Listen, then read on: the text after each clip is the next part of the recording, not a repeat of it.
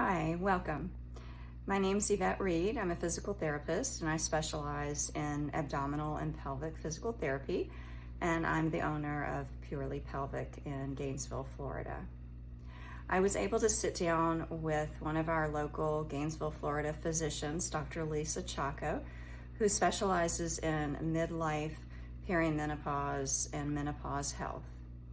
She shares her philosophies and also a little bit about what she offers through her practice, and also a few little bits of information that could be helpful for those of us going through those changes.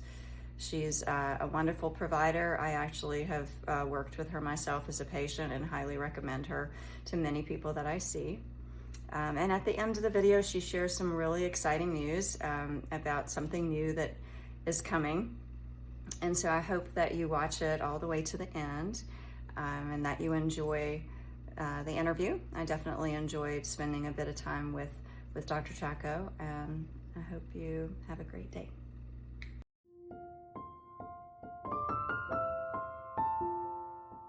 All right, so hi, we are here today with Dr. Lisa Chacko, who is in Gainesville, Florida, and wanted to get some information about the wonderful things that she has to offer. Hi. Hi, thank you. Yeah, so I have a list of questions for you.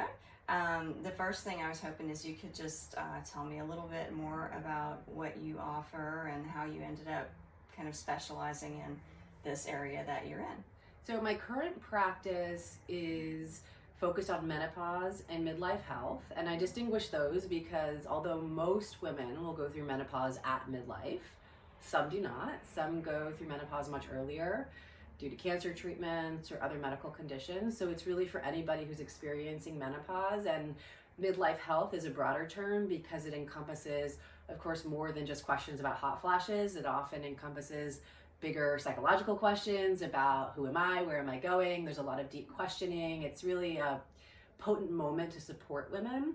So my practice in some ways is very focused and very niche, but it's on purpose because what I discovered is that so many women have health insurance, have a primary care doctor, have a gynecologist. They technically have a team, but what they aren't really finding is a space where they can have more thoughtful conversations about what's going on in their body and getting educated about that and understanding their options. And so I designed the practice specifically to fill that gap.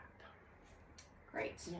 So I think that you offer telehealth appointments, but you also, are you doing in-person appointments? Yeah, so when I first opened up, I was completely hybrid. And what that means is that any appointment time that I offer, you could come in for it or you could meet me on Zoom.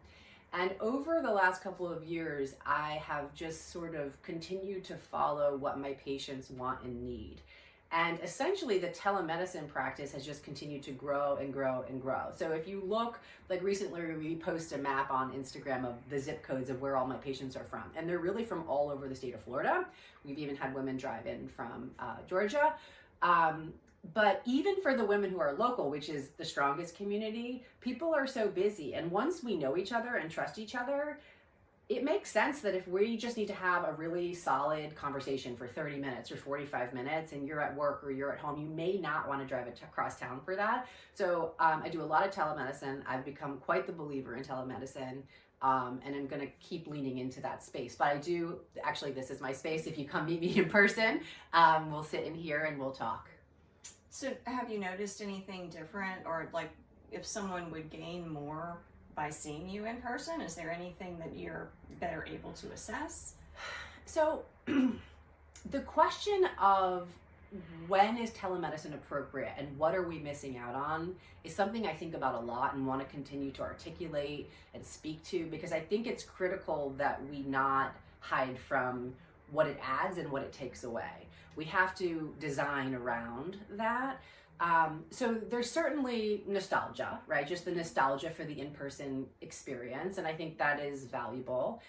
Sometimes there's a therapeutic energy just to being in a physical space with somebody. And I don't discount that as well. As a clinician, there's also things that you observe that you may not completely observe through a video, just the way someone walks in the room, other subtle body language. There's a lot you're observing when you're just speaking with someone. That being said, sometimes I get to observe things through telemedicine that I would never get to observe. A partner walks through the room and chimes in, or I see aspects of their home or their home life that give me insight that I would never get if they were in my office. But back to the part where I said that I designed the practice to fill a specific gap.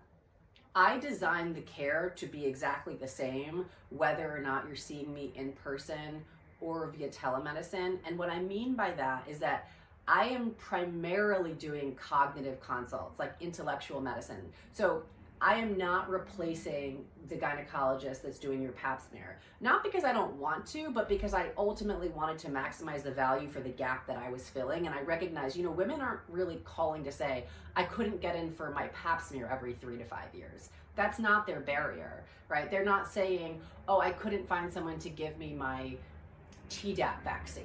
That's not their barrier. And so for me, I feel that I can offer the same service, but I designed the service to be something that was sort of format agnostic. And I'm very, very assertive with my patients about when they need to be seen in person and what they need in that encounter and how to speak to the doctor. I help them find those doctors, navigate them now that my patients are all over Florida. So hands-on services like pelvic floor therapy or a vulvar exam from a urogynecologist, because this doesn't fit the picture of maybe classic menopausal symptoms that they're describing in terms of maybe pelvic floor. And there's many examples like that where I'm navigating people thoughtfully to in-person care. I've started to view physical exam, which I love physical exam and I'm a believer in it. And so there's been a dissonance for me in moving into telemedicine. I view physical exam as another powerful diagnostic tool. In the same way that I might order lab work, I might order imaging. In some senses, I order physical exam. And the truth is that when you have time to talk to someone and you are relentlessly curious, history can tell you 80 to 90% of what you know. And then there's moments where you think, because of this history, I absolutely need this kind of physical exam to occur. And if my patient is 200 miles away, then we help her get into the space for that to happen. And I think if that's done thoughtfully, we can really grow telemedicine so that we are understanding what it is and what it's not, and then owning the interchange there. Great. Yeah. And so you mentioned, people across Florida, and you said something about people coming in from Georgia.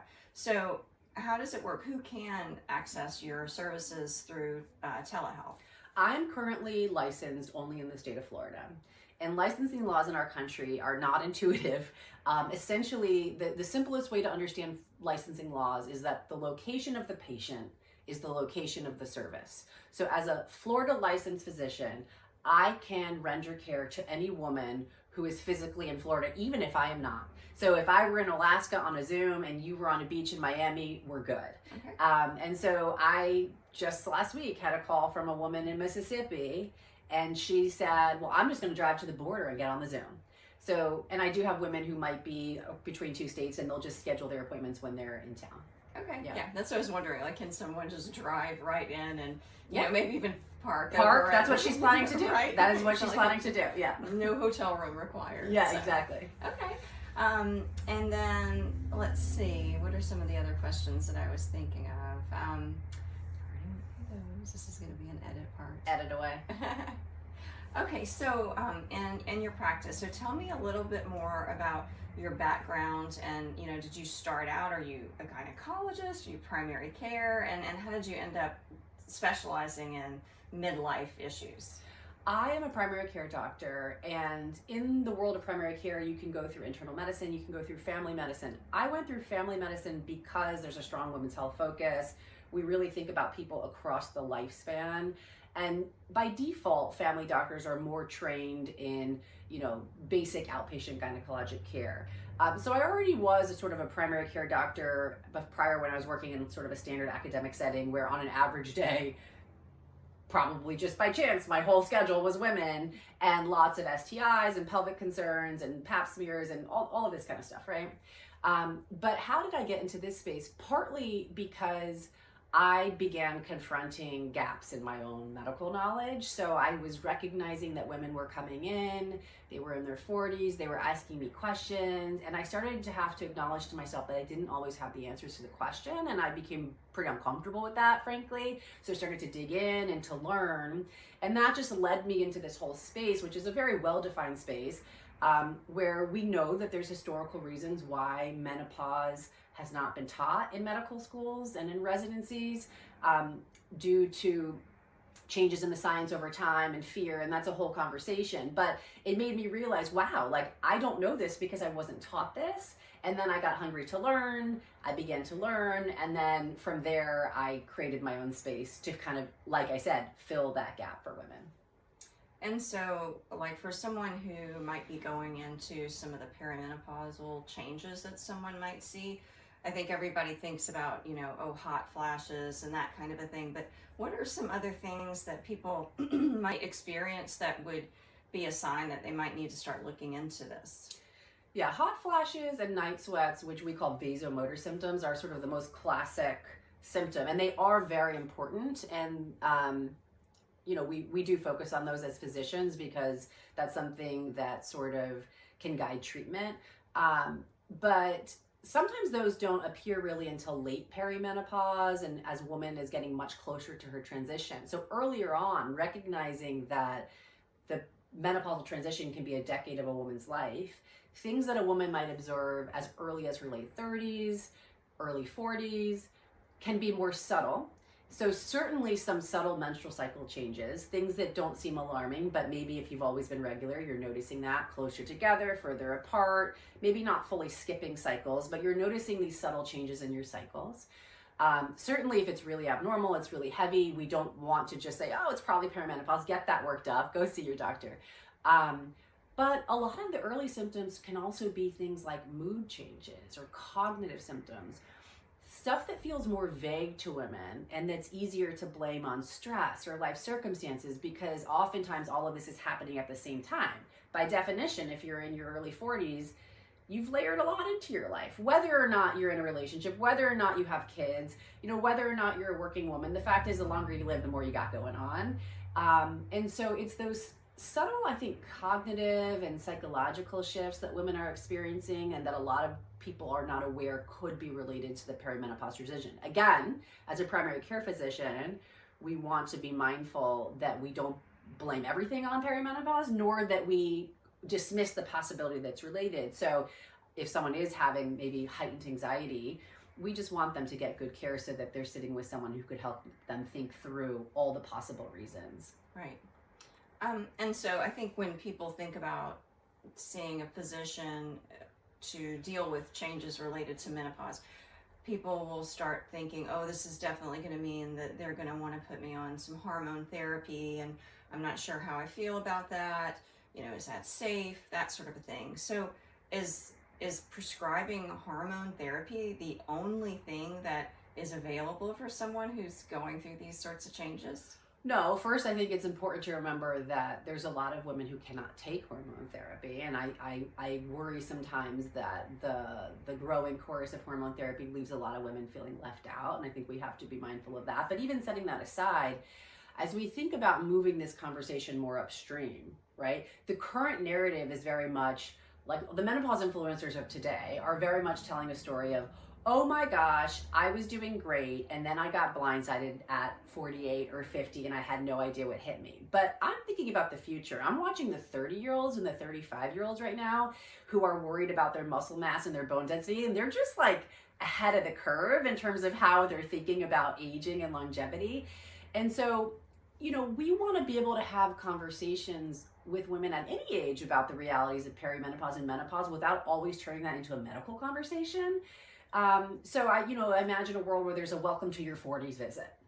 And it's about information, just like the way we do with adolescents. When they see their doctor, we inform them, hey, these are the signs of puberty. These are the things to look out for. These are ways that your mind could change and your body can change.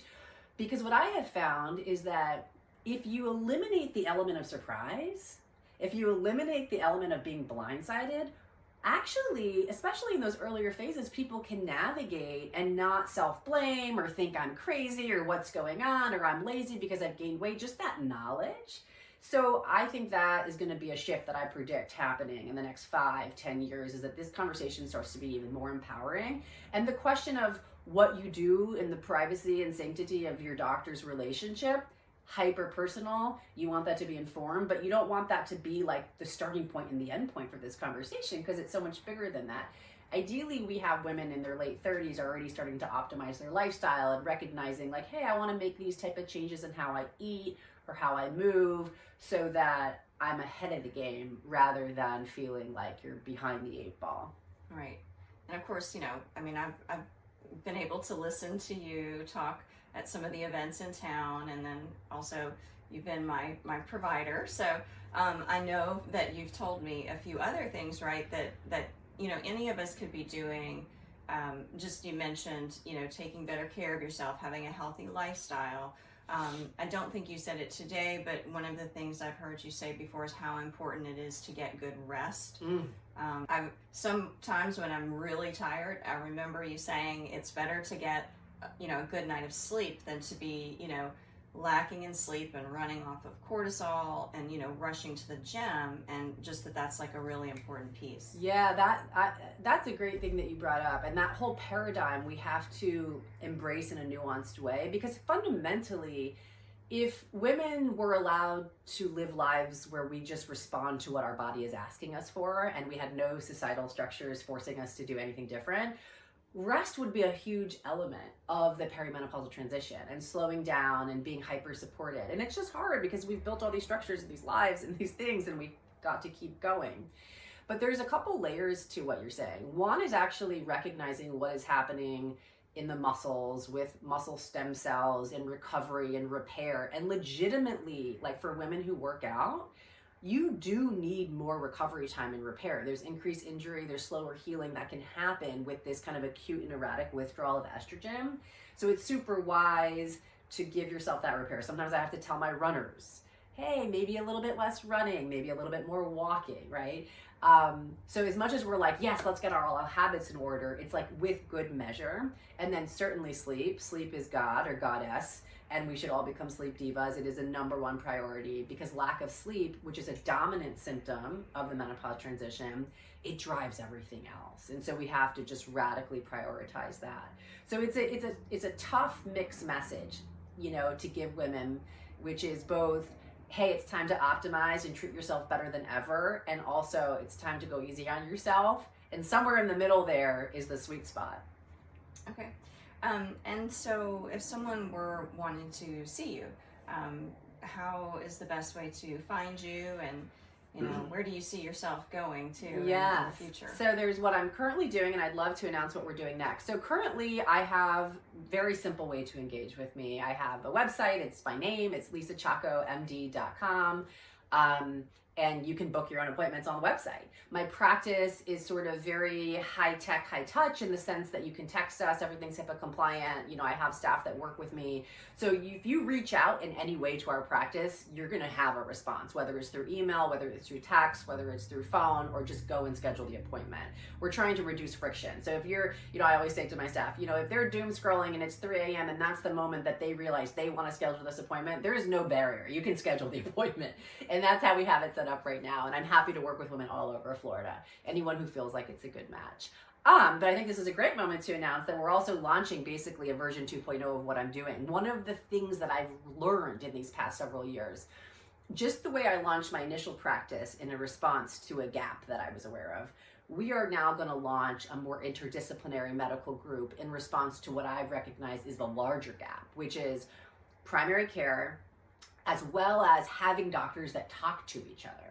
So we are going to bring together the menopause consults and care that I'm already doing with a primary care physician, with a psychiatrist, with psychotherapists, with weight management embedded in a lifestyle medicine framework, meaning it's not just prescribing drugs, it is maybe prescribing drugs, but very much helping women optimize and be supported and coached in all this stuff that we're telling you you're supposed to be doing.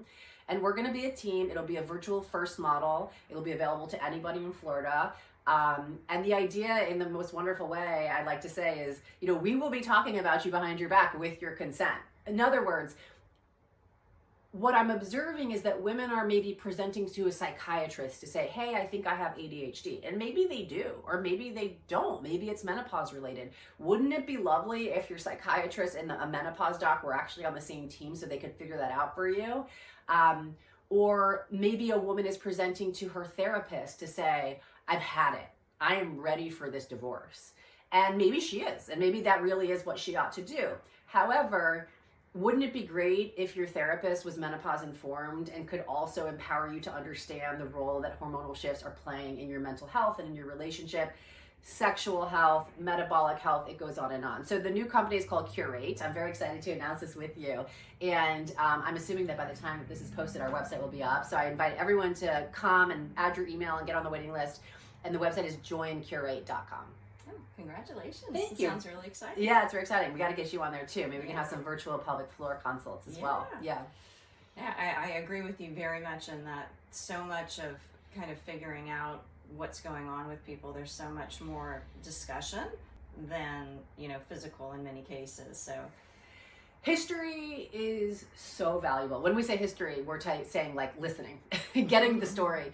But one thing that I'm really passionate about with Curate is owning the handoff to brick and mortar care. So we are developing a network. So we have 200 gynecology offices that we're going to partner with, and we're going to start creating our own Rolodex of like, who is the best of the best? If you're in Florida, if you're in South Florida, if you're in Tampa and you're in Orlando, and we recognize, no, you have to see a hematologist, where are we going to send you? If you have to see a gastroenterologist, where are we going to send you? So we will help women navigate and hand off to the in-person world. Like, we want to be on the entire journey with you. Ideally, we can solve 80-90% of your issues, but we're not going to be careless about naming and calling out when we need you to have hands-on diagnostics or care, and we will facilitate that for you. Well, that's great. Yeah.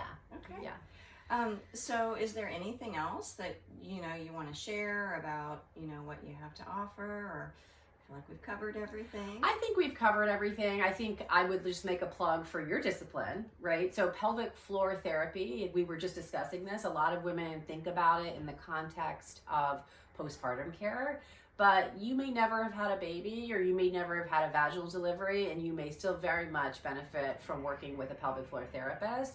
And there's just a huge overlap in terms of vulvar and sexual health with the menopause transition. And for some women, some of like the dryness and the irritation and the pain and those symptoms that can occur, sometimes they happen early. And I think I just want this conversation to be moved upstream. This is not a conversation we should be starting with women in their mid to late 40s. And that's not because I want to start medicalizing women early and putting them on prescriptions early. It's because I think we can just do a better job if we all see what's coming, and sexual health and pelvic health is a perfect example of that. So the only thing I want to add is plugging what you do and how valuable, and last thing I'll say, talk about interdisciplinary.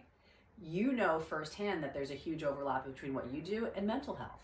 Yes. So wouldn't it be amazing if we had a world in which a menopause-informed pelvic floor therapist is able to speak with or refer to or collaborate with a trauma-informed psychotherapist? Yes, absolutely. Right? So we all have to be on the same team.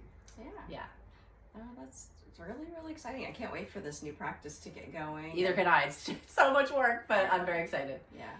And I think something else too that you were talking about is that people will go through such a variation of, like sometimes things are starting earlier, right? And then there are some women who never started any kind of hormone therapy and maybe went through a transition period where they didn't have any hot flashes, yet maybe when they're 70 or 80, they start having bladder symptoms that they're recognizing, and they're not actually identifying that as possibly related to the lack of estrogen that has gone on for, a substantial amount of time, because there's the thinking that if this were related to menopause or hormones, that this would have happened right when I went through menopause, and that this can't be what's the cause of this right now. That's a very important point, not just from the patient perspective, but I think also doctors and clinicians are missing that.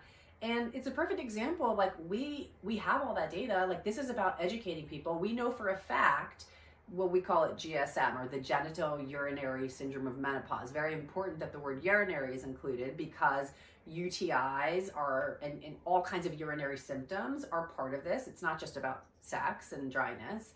But we know that of all the symptoms, that's the one that often, there's always exception, shows up a little bit later and will progress over time, whereas maybe hot flashes might just die down with or without treatment, right? Eventually, not for everybody, but so the older women, perfect example. I think as I move deeper into life, I have this imaginary fantasy of creating like the ideal Medicare model for women, because these older women need that care. But your point is so well taken, and it all comes back to education, because we technically know all this. But if we don't know it collectively, then we live in this absurd reality where we know the answer, we know the solution, and nobody's getting it. And so connecting that, I think, is the moment we're at right now. We do need to know more. We do need to do more research. So I don't want to dismiss that. But if we could just take what we already know and push it to everybody, we would be radically changing the status quo. Yeah. Well, great. Well, thank you so much this was for so fun. taking the time to chat with me, and thank you guys for listening. I love what you're doing.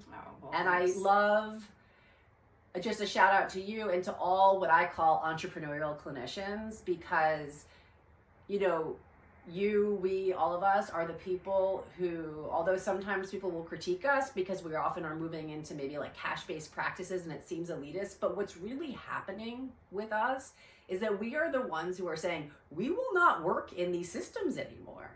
And it's risky business on a personal level to make that shift. And we're ultimately doing it out of love for what we do and out of love for our patients. Now, I think we eventually want to make those models even more accessible, but I just love that you're taking that risk and you're moving out there, because you deserve it and your patients deserve it. So congratulations. Thank you. Yes. Thank you.